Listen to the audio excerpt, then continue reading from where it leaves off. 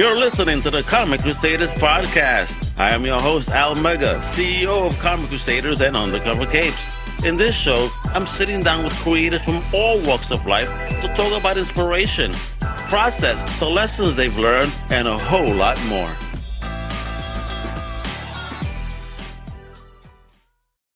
Wepa! What up, mi gente? It's your boy, Al Mega. Welcome to a brand new Comic Crusaders Podcast. Yeah, baby. It's New York Comic Con week, and we got some comic greatness today for you. We have this individual here. He is an artist. He is a designer, a storyteller, illustrator of the comic book Doctor Rigby, coming this in October this month from Source Point Press.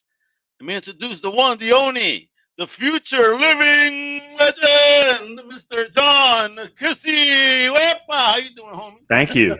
Wow, that's an incredible intro, Al. Thank you.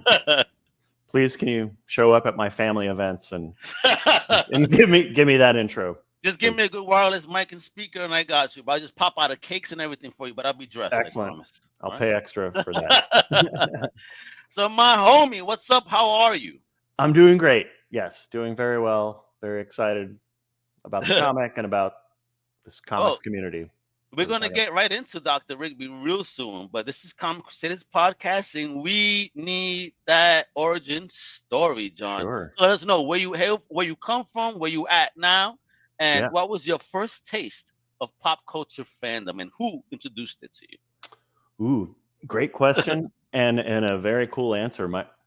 I would have to say my brother Dave, who's my older brother by about 6 or 7 years, and it's very cool to have an older brother because he had so much cool stuff sitting around the house. Comics, we had Werewolf by Night, we had DC, Marvel, we had everything. He let you touch them? Absolutely. I watched Star Trek. We played Star Trek in our backyard. He always let me play Spock, which was the cooler character. So I gotta say, most things that are cool about me I owe to my brother Dave. Big shout out to Dave Kissee over there. Shout out Dave Kissee, an OG comic and cool stuff. Awesome. So even though he's a cool musician, he does music too. Hey, we'll have him on the show another day then. Next time, right? Yeah. So talk. Where you hail from? Miami, Florida. Yeah. Oh, Miami Vice. Where's your white vest? And then I got my jacket with the sleeves pushed up. Come on, you got these white pants, right? Absolutely, yeah. I'm Were you safe during the hurricane that just recently passed? Everything was okay? Yeah, thank you, man. Sadly, man, lots of Florida, as you know, is horribly battered. I remember being in Hurricane Andrew, and it really is devastating to people down here in Florida, and my heart's broken for what's happened. But we down here in my particular area, Fort Lauderdale, we were okay, but many of my friends are not, and it's pretty scary.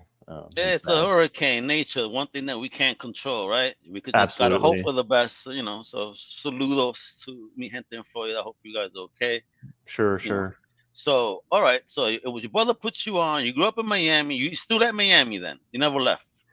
No, I live in Fort Lauderdale now. I lived in New Orleans for about 4 years, which was fun and cool. Got a totally different vibe. But I moved back here to South Florida, but a little north of Miami in Fort Lauderdale. Okay. But I do love Florida. I love, growing up with, my best friends, my girlfriend in high school was Cuban. My best friends are Cubans. Like, you've been eating real good.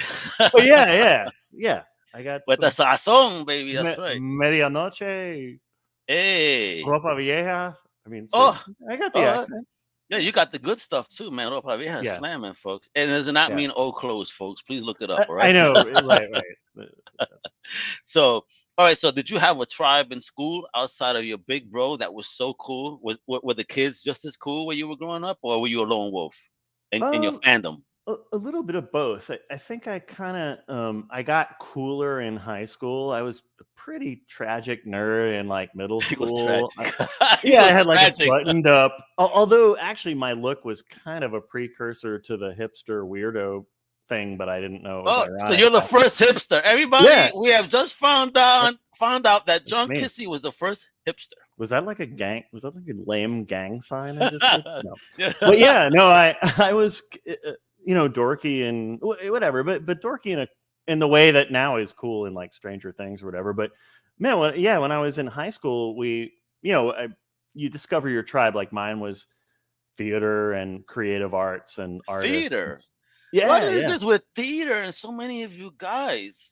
Man, Dude, I gotta tell you, crazy. theater is very close to comics because you need to understand blocking, you need to understand action, where your characters are turning, what they're saying, what they look like while they're talking. Like, so theater is a very big, a very neat kind of unexpected cousin of sequential art. I think. Like I have a layer in my comics that's called blocking, where I just say where the characters are going to go. So, yeah. All right. So start talking about this journey of yours. So, with your fandom, when did the creative spark first come to you? When you decided, like, okay, maybe I want to do something with this.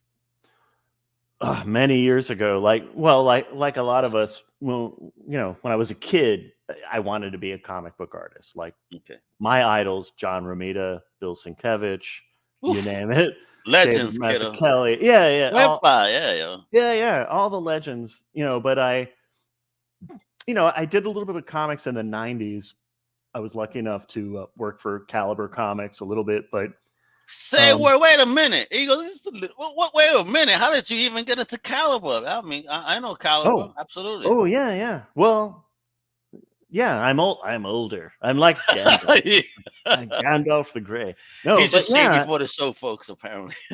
Right, yeah. No, I did a few, things for Caliber. How did you even get involved? This is what I'm curious about. How did that even all happen? It was from conventions, and I do want to tell younger creators, go to conventions and just meet people and hang out and see who you vibe with. And the people I met at, like this guy Joe Pruitt, who now works for Aftershock Comics. He was just a cool guy, and just people I met along the way that were just kind to me, and it was a nice time to be coming up in comics, I guess you could say. Gotcha. Yeah. So how did you even, get in? Did they have an opportunity? They offered you an opportunity. Did you say, I have so-and-so story? Well, I did submit artwork, and this is back in the day, but yeah, and it was like, I guess a few pages were impressive enough to kind of welcome me, into a couple of comics and stuff. And now this is years ago though. So there's pre-internet days when you used to send the mail and lick the envelopes and stuff. Kind of, yeah. Man. we had to send like stapled together 11 by 17 pages, and you stapled them yourself. Not that he went to Staples, folks. He had to do this himself, right? And push it and get bunions on his hands. Man, you young people don't know what Staples are. Staples isn't a store. There were actual staples involved.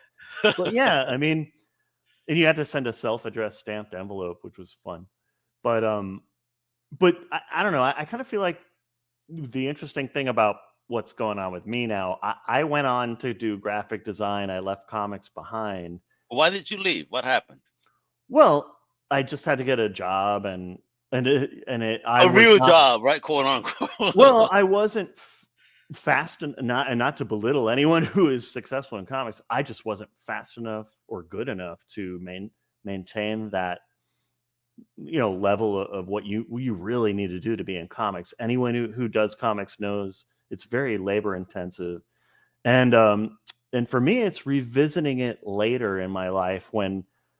I'm a graphic designer, like that's been my career, doing like corporate design, logos, things like that. And I revisited it just for myself, kind of to please myself and to go back to the medium that I loved. So, And I just did this comic for myself and what I'm interested in, and I just sent it to some publishers, and Source Point Press blew my mind by saying, "Yeah, we're interested in it. We'll publish it. so Publish it. Publish it." Published it. Gotcha. Yeah. I know, So it's a tongue twister and a half right there. yeah, So okay, so what was the question I was going to ask was, okay, so here you are, you got the story in your head, you start putting it out there, but when did the story come into your head, and was there anything in particular that inspired you to come back into this game? well, the story was just asking myself what I would like to do, like just with no deadlines, no pressure, no one's interested in it but me. And I thought, what kind of story would I like to tell? And the thought was kind of Lovecraft style horror meets 60s James Bond adventure was what I came up with. Yeah, like I love the idea of the design aesthetic of the 60s, and that was very inspiring to me. And I love weird pulp horror of that era, Robert Howard, H.P. Lovecraft. So that's what kind of inspired me, and it, I sort of created this character visually, but then the more I wrote and sort of explored that idea, the more interesting the character became to me. So yeah, it was just, kind of a personal project that became a thing that I submitted to publishers, and now it's seeing the light of day. So how long were you submitting the project for before it finally found a home? Actually, not long. A couple weeks. Oh, really? Yeah, like weeks. Look at this guy. Hey, he rolled the dice and hit that joint. Well, quick, but to be fair, I had I had a complete story ready to go, completely, fully inked. Like I do the whole thing. You're a one-man show. Yes, and it takes me forever to do it, which is kind of sad. But yeah, to be able to present a completed story with fully realized art was very, I guess was a. So was that really part of your plan? Was that part of your plan to have it completed prior to sending it out? Yeah, I always thought if I could have at least one complete story, I could sell this idea of this character and this concept, which is kind of weird, but it's kind of follows in the style of mashups, which is like, for me, this is like Don Draper from Mad Men meets Conan the Barbarian meets H.P. Lovecraft. So it's kind of a weird mashup, but I thought if I like it, maybe some other people will like it too. So man, if you could get into my head right now and the images that I'm thinking of, my God, yeah, I love it. I already love this. Well, thanks. Well, I hope you enjoy the comic. And I mean, it's like a lot of these things. It's a labor of love. We don't really do it. I gotta ask here, because crowdfunding is such a big thing nowadays. So you didn't even put this in crowdfunding. You wanted to hit a publisher and see, can I get this published straight up? Yeah, I knew nothing about crowdfunding or even barely social media. Like I'm kind of an old fart when it comes to like, I'm kind of a 90s comics creator guy. So that means you're still walking around with a sidekick and don't have a smartphone, huh? Well, yeah, okay. Yes. I have my BlackBerry. No, I'm just hey. No.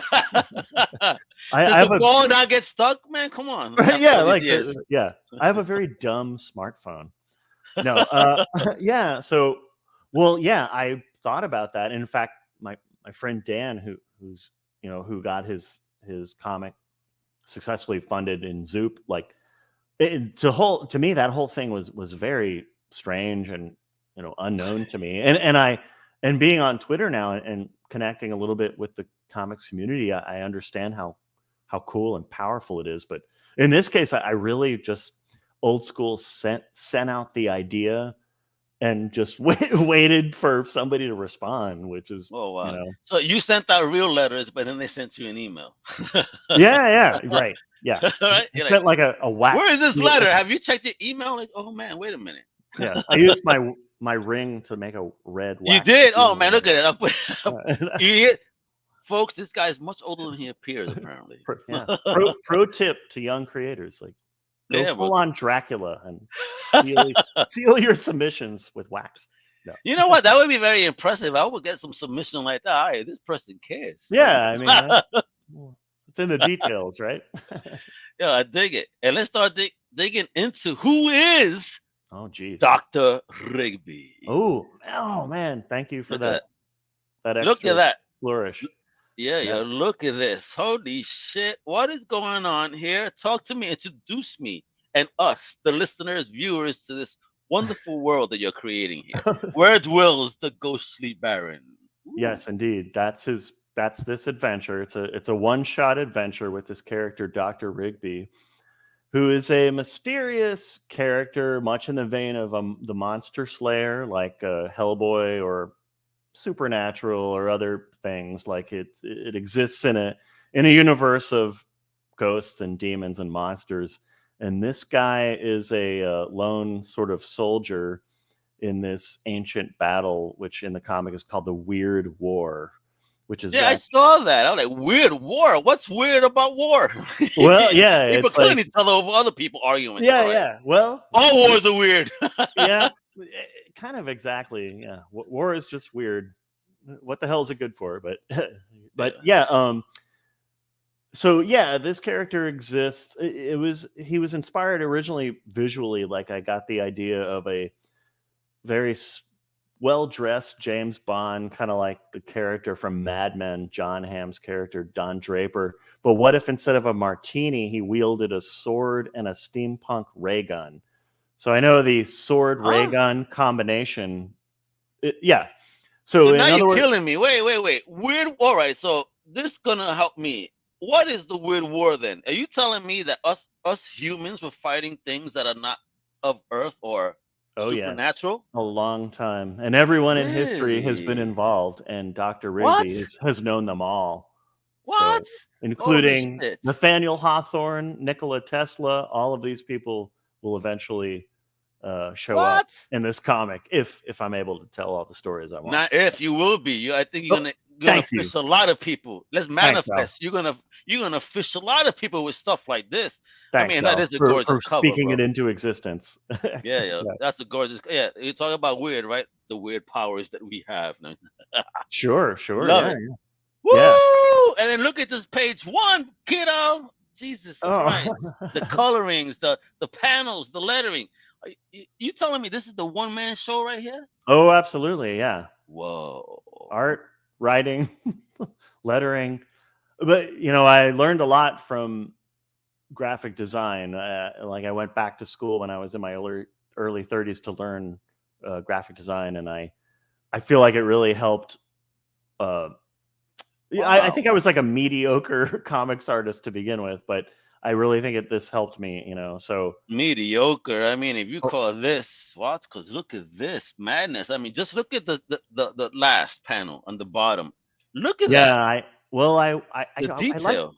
Thank you. Yeah, I like to treat every panel like a tiny movie. Like it begins with an initial incident, it ends with a cliffhanger, and each page kind of leads you to the next page. So thank you. I put a lot of work into it. Yeah, what I dig here is how the building, if you look at it, how it actually crosses into the panel above. Yeah. So, you use all your space. It's wonderful. For sure. Yeah.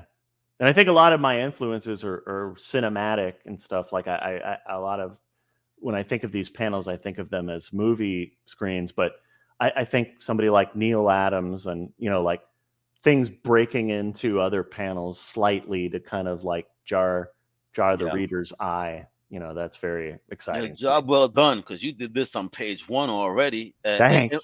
And why this color scheme too? It looks fantastic. It's not black and white.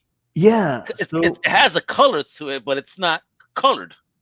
Well, that was another thing. I was going for like a retro kind of feel, but I didn't want to just go black and white. So I thought, and this has been done before in great comics like Ghost World by Dan Clowes and The Seeds by David Aja.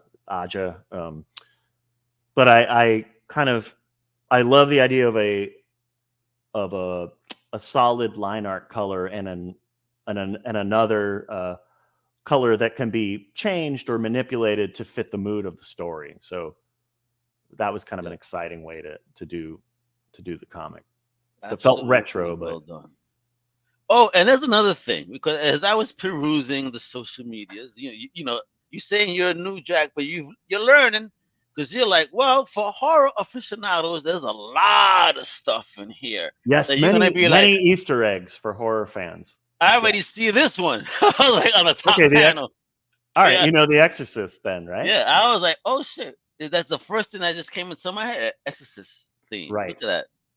And to me, that was fun. That was meant to signal to the reader that he's facing an ancient enemy, you know. So it's shorthand for a horror fan to know that, much like the Exorcist in the movie. Yeah, well, right. So it was, you know, it was super fun to do, because I'm a big horror movie fan, and anything I could do to sort of. And I really feel you really captured that 60s look vibe here, especially in those bottom two panels. Like those, they really look like they were pulled out of an era.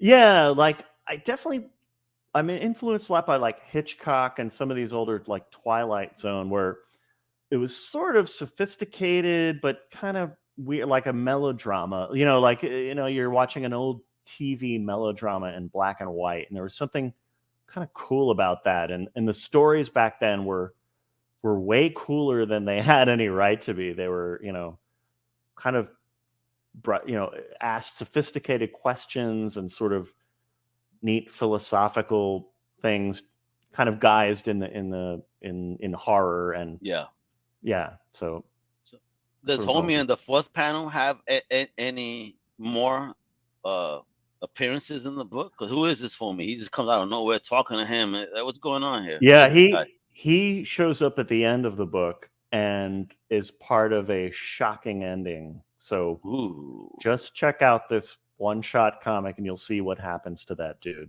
And here we go. Oh my God. Oh yeah, okay. No, go ahead. And he actually what? Oh well, yeah. He actually. You don't want to spoil it, do you? Yeah, I don't want to spoil it, but he'll be back later. But gotcha. And look at this. Now you're throwing in some reds, some greens as well.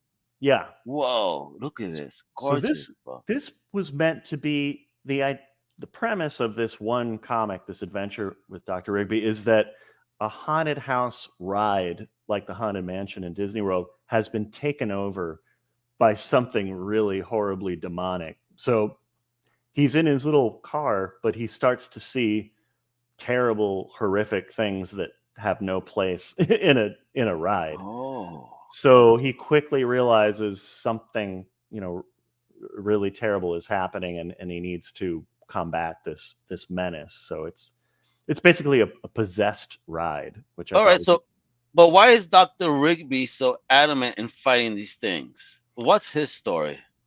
Well, there's a hint of what his story is in a flashback in this comic. Ooh, look at this guy. He's so mysterious, keeping it like mysterious and horror and exactly. See, yeah, you got it. Okay. There's a little Easter egg of his past, but he's been doing this a long time, and he's taken up the mantle from other people who've been doing it. So this is a mantle. So wait, Dr. Rigby is a mantle? The doctor is the mantle? Like, what is that?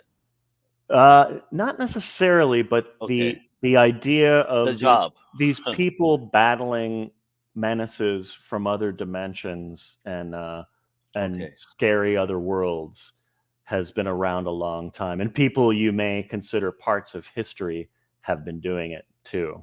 Yeah, and other characters from literature. So that's a little teaser for if I can do more of these comics. There's an exciting. You guys better buy this, you know, right there. Yeah, please. And it's coming soon. Source Point Press, right there. Yes. SourcePointPress.com. I think today's the final order cutoff. Yeah, FOC.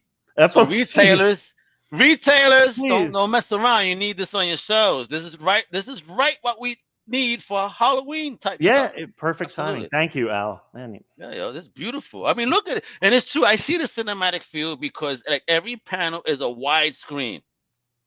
yeah, like, well, this particularly, I put a lot of work into. I wanted something that established this character as he talks very big, but I wanted to be like, well, this guy's a badass too. He can hack apart an army of ghost zombies when necessary and keep his outfit clean and buttoned.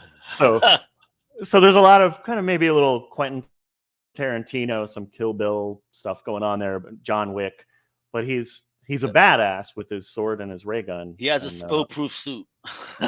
Yeah. Well, there's actually a fun thing that happens in the story that oh God, he gets fully he keeps splattered teasing us with ghost blood.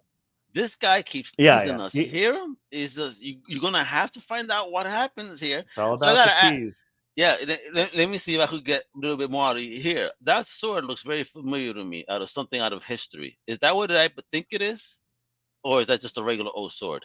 Well, it's based on a couple of different swords. A little bit from Lord of the Rings. There's actually something from the history of saints where there's a dagger that transforms into a sword, which is a real kind of part of the backstory of a particular saint. So a lot of his stuff is based on real history or mythology or whatever you might want to call it. Yeah.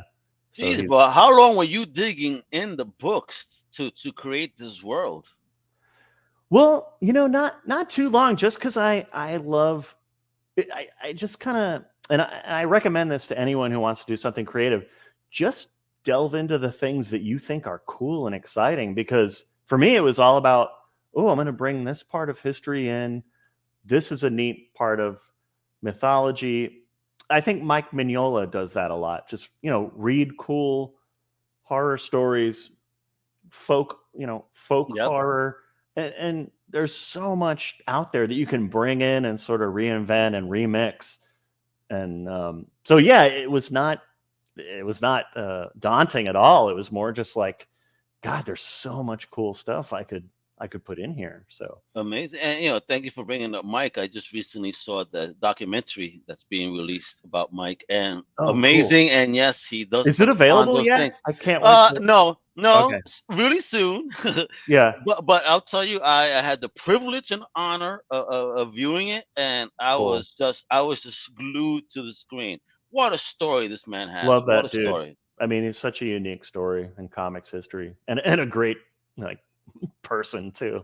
Oh yeah, man. And coming from that artsy background too, when he got into it and started doing his own thing. Wait till you just see this documentary. Oh, I can't wait. And then after we see his, they're gonna start filming yours. Don't worry. Oh man, thank you, Al. Thank you. I appreciate oh my God, look at this. This is a tattoo waiting to be made. Oh, cool. All right, please get one. You just get one all over the back, right? Just like that. I hope so. Who is this? Is this a villain? Someone that we'll see more of, or he's just? Yes, this is the main villain of the comic. I won't reveal too much, but his name is the Ghostly Baron, but that's not actually his real name or his real form.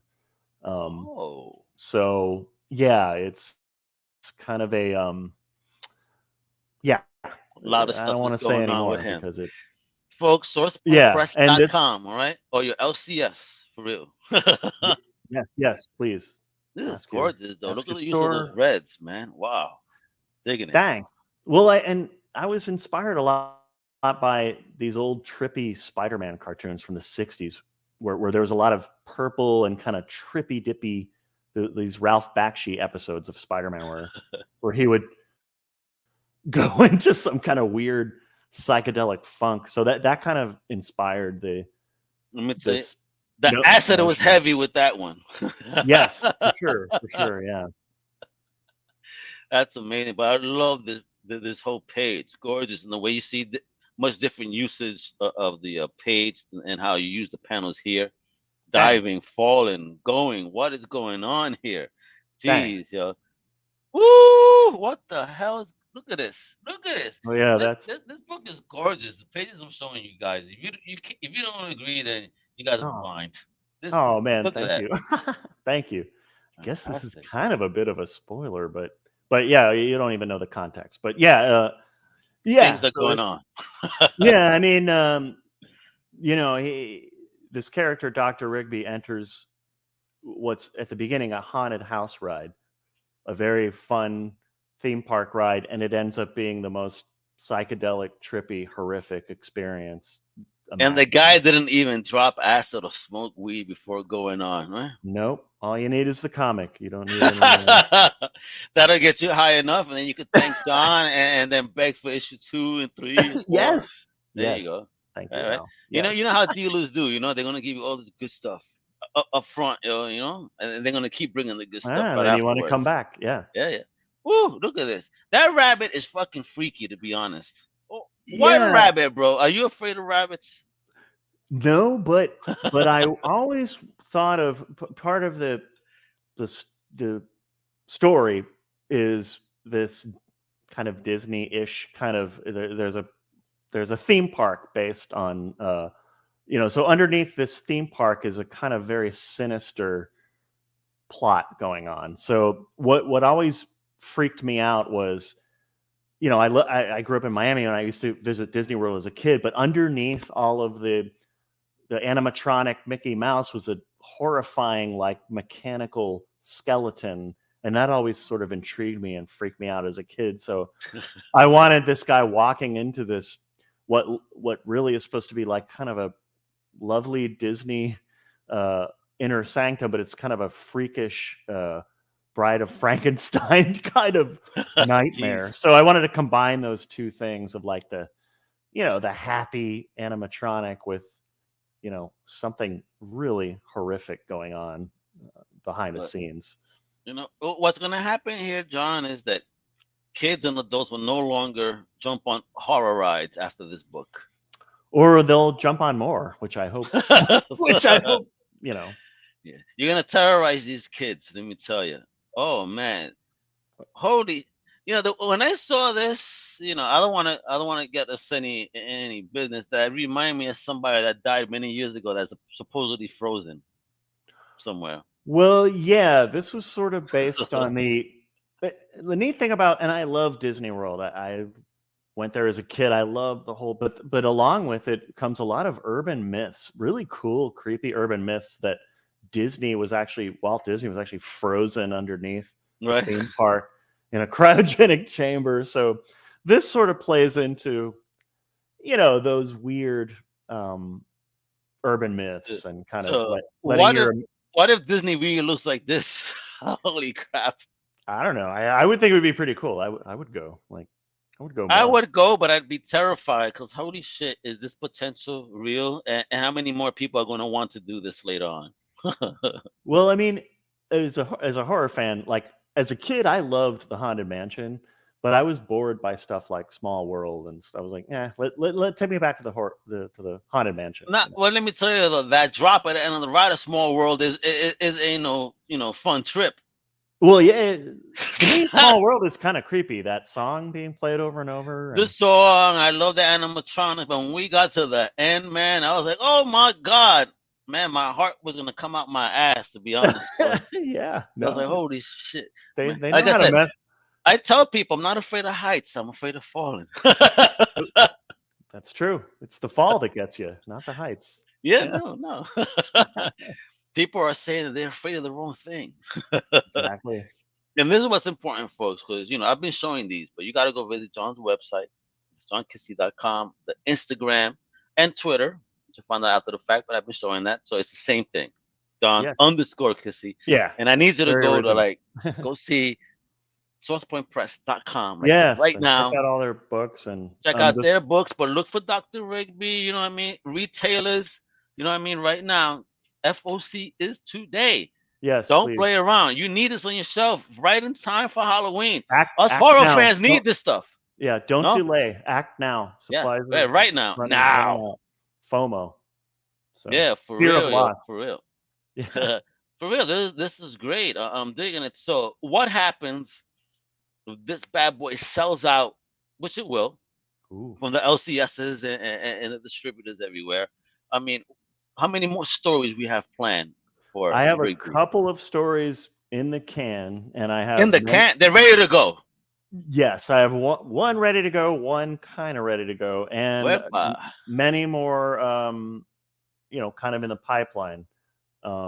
So if people are interested and want to see more of this character in this world, I have, many more stories, and they are all different and strange and weird. I like to think they're not quite what you expect. You might think that they're just action and horror, but there's some emotion and sort of philosophical stuff going on that I put in there that I really put a lot of heart into it and a lot of thought. So hopefully people will enjoy it and I can do more. That's I'm just grateful that this is even coming out. So yeah. I'm pretty sure you were excited when you got that opportunity and they said, we'll take it. Yes. I mean, my main thing is just gratitude. I mean, I kind of wasn't expecting this in this sort of stage of my life, creatively. So yeah, I'm mostly just super grateful. All this means, John, it's never too late to start. That's all this means to me. Absolutely. I think that's a great lesson, especially in comics. You blew my mind just now. You said you go back to do graphic design when you're in your 30s. Like, now a lot of people are even thinking of going back to education because they're trying to work on the grind. You said, no, let me improve my craft. So, man, shit, salute to you, kiddo. Oh, thank you, man. Thank you. Nah, man, that's the way. I wish every creator would think like that, or every person that just feels the need to do something. How about you go learn how to do the thing that you feel you need to do? Well, yeah, and sometimes the path isn't always clear. Just don't give up, and stick with it. Even if you'd get detoured, take a break, take a long break if necessary. But people that love this type of creative endeavor, you end up sticking with it, and it can give you a lot of rewards and a lot of pleasure in your life and creative fulfillment. So yeah. Get it done, folks. So let me ask you here, John, before we come to a close. So I got a couple more questions. First up, are you doing any conventions anytime soon where we could see you? No, I wish. I kind of missed the convention scene that I did. I used to do the conventions in 1923 back at the first SDC. Yeah, I did conventions a long time ago, but I would love to. And man, as things open up, I don't know. I'd love to just be out there. And I remember meeting other creators and hanging out. And sadly, no, but I plan to. You got to. There's going to be a hit book, and people are going to want to see you in person and get that autograph and then pictures. And then you're going to be the person sitting on the table where you have these random people coming up to you, just hanging out. Oh, cool. And then I'll be real mean and not gracious. No, I'm kidding. I'll be very kind. No. Not for nothing. I've had that experience too with some creators, that unfortunately may have had a good night the night prior and they're recovering the next day, but they probably shouldn't be at a con. I won't mention no names, but it's like, come on, guys. If you're at a con, give us your best energy, man. All right, please. It's true. I know it gets tedious, but give us. And your best usually energy. It's really good energy from anyone. Oh yeah, creative, but I've experienced some horror stories, like never meet your heroes kind of thing.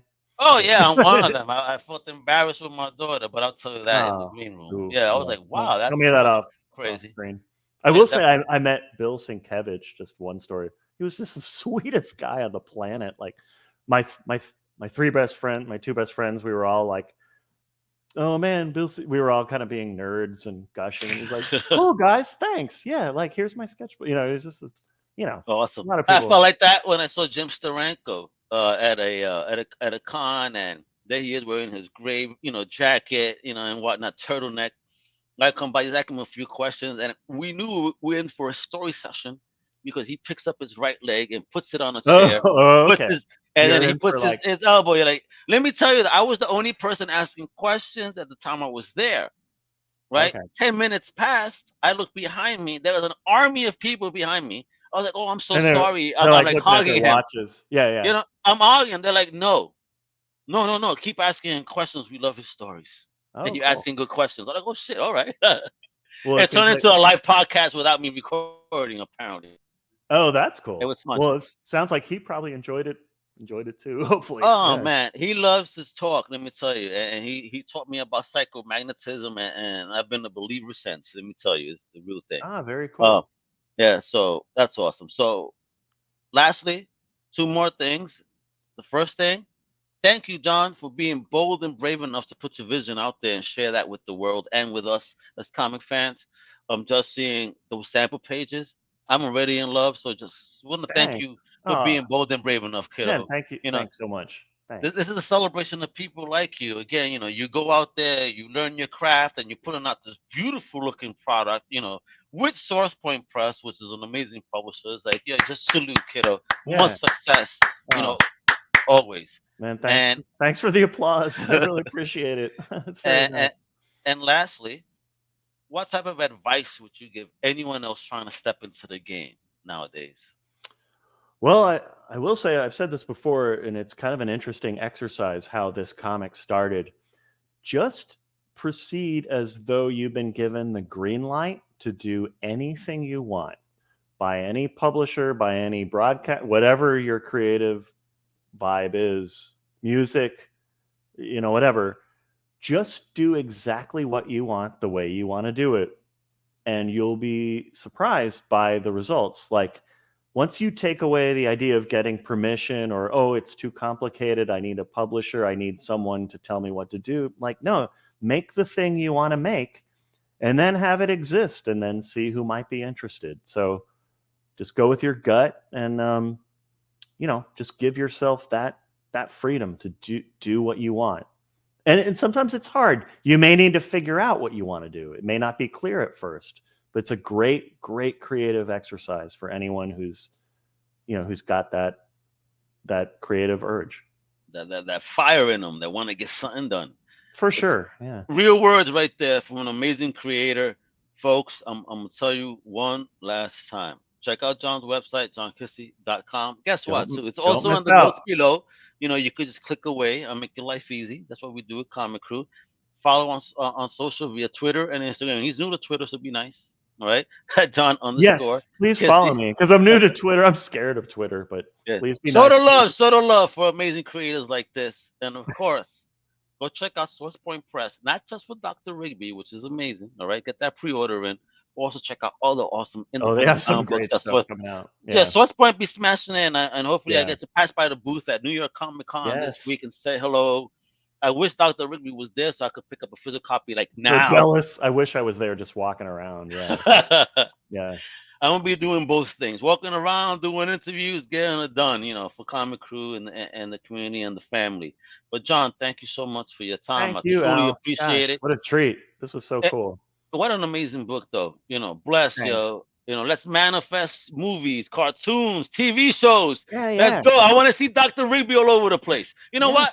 That's the last question. If this could be anything other than a comic book, what would you like it to be? TV show.